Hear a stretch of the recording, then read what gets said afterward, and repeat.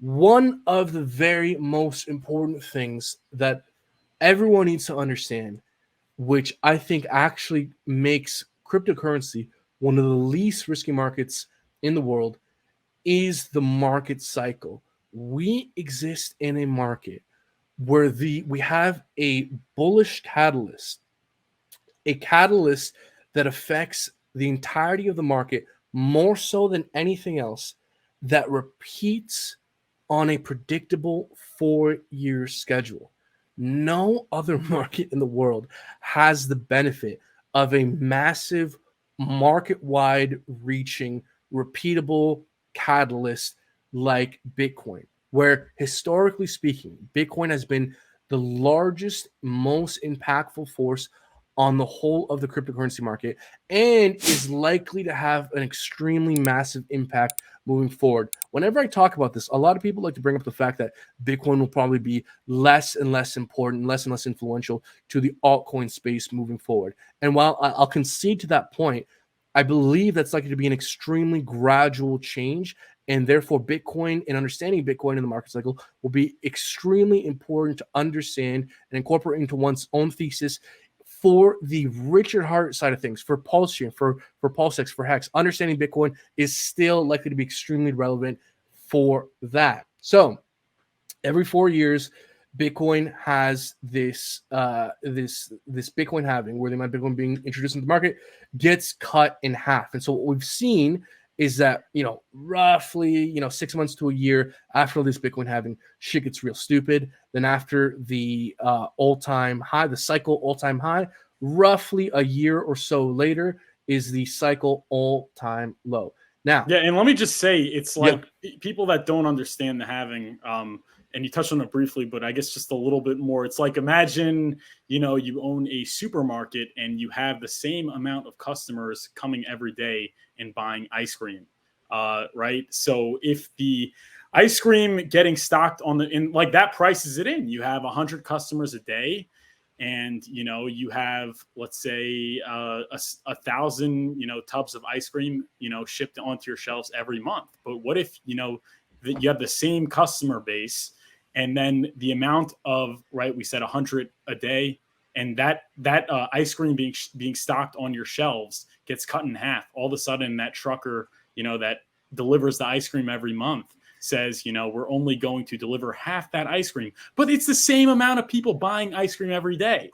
That'll create a incredible supply shock, and with the static demand, the demand staying the same even, and not to mention going up, right? I mean, that has an incredible impact on the price. So not just that, like it makes it so easily, because any market operates in extremes. Think of any market as a pendulum that swings from one extreme to the other on different time scales, and they differentiate in terms of their volatility by percentage. But even if you look at the S&P, if you look at the commodity market, any market exists in oscillating between one extreme to the opposite extreme to a varying degree.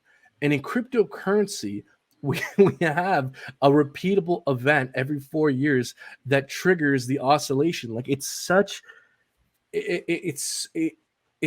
a massive benefit to have this event on your side in the market you're participating in, because it essentially, what this gives you is a semi-predictable understanding of when euphoric periods are going to be and when depressive periods are going to be. And it's not a perfect way of understanding the market moving forward, but even if the market continues to just roughly behave similar to what we have in the past, incorporating this understanding is extremely relevant to one's potential return on investment.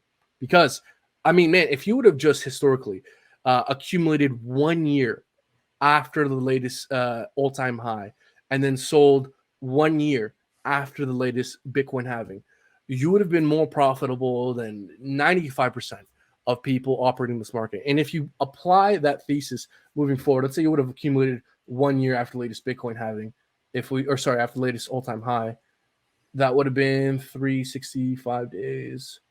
Yeah, you would have bought around here, around the cycle all-time low. And so, and you were talking about that at that time, which is incredible. I know, I've been talking about this forever, but unfortunately, I did not stick to my understanding. I did not stick to my plan because I allowed my emotions, my euphoria to guide my decision making. And so it's so important, guys, to base your accumulation and take profit strategy based off an objective set of criteria that you do not allow your personal emotions to change or to dictate your decision making. I did that in the past and I missed out. Dude, if I would have followed my own advice, I would have been so better off than I did in the past. But look, just to kind of start painting the macro picture, point is there's a market cycle. Understanding how we've behaved in the past is likely to have some influence on how we're likely to behave in the future. So that's understanding number one. Let's move on to understanding number two. Ethereum in the altcoin market has, historically speaking, peaked roughly a month or so after Bitcoin. Now, is this a perfect rule that will happen every 4 years moving forward? Exactly? Probably not. But is this a useful understanding that will probably give you a better than not chance of accumulating at a more optimal time? Probably. So if we look here at kind of the 2017 cycle, this is where Bitcoin had its cycle all-time high, and then ETH had its cycle all-time high roughly a month later. This is the 2021 cycle. Bitcoin had its all-time high here, then Ethereum had its all-time high roughly a month later. So my point in showing this chart is that we've seen that, historically speaking, Ethereum and the altcoins reached their peak a month or so after Bitcoin. Because Vitalik dumps and the Ethereum Foundation takes profit. That's true. Yeah. And it's probably because he's following Bitcoin and knows. And once he starts to see the signs of weakness with Bitcoin, he fucking jumps ship and dumps some ETH. But the point is, this is something that we've seen historically, likely to be relevant moving forward. So with Hex. So wait, where are we now in terms of the halving? Like, just tell us how far are we from the halving? How far are we from things really going up?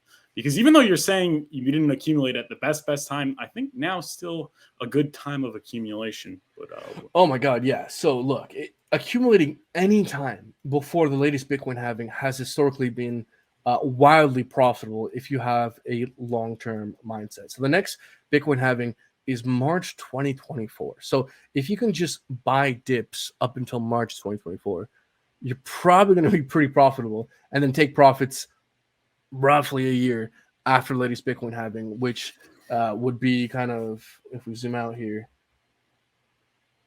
I have to zoom out a bit more,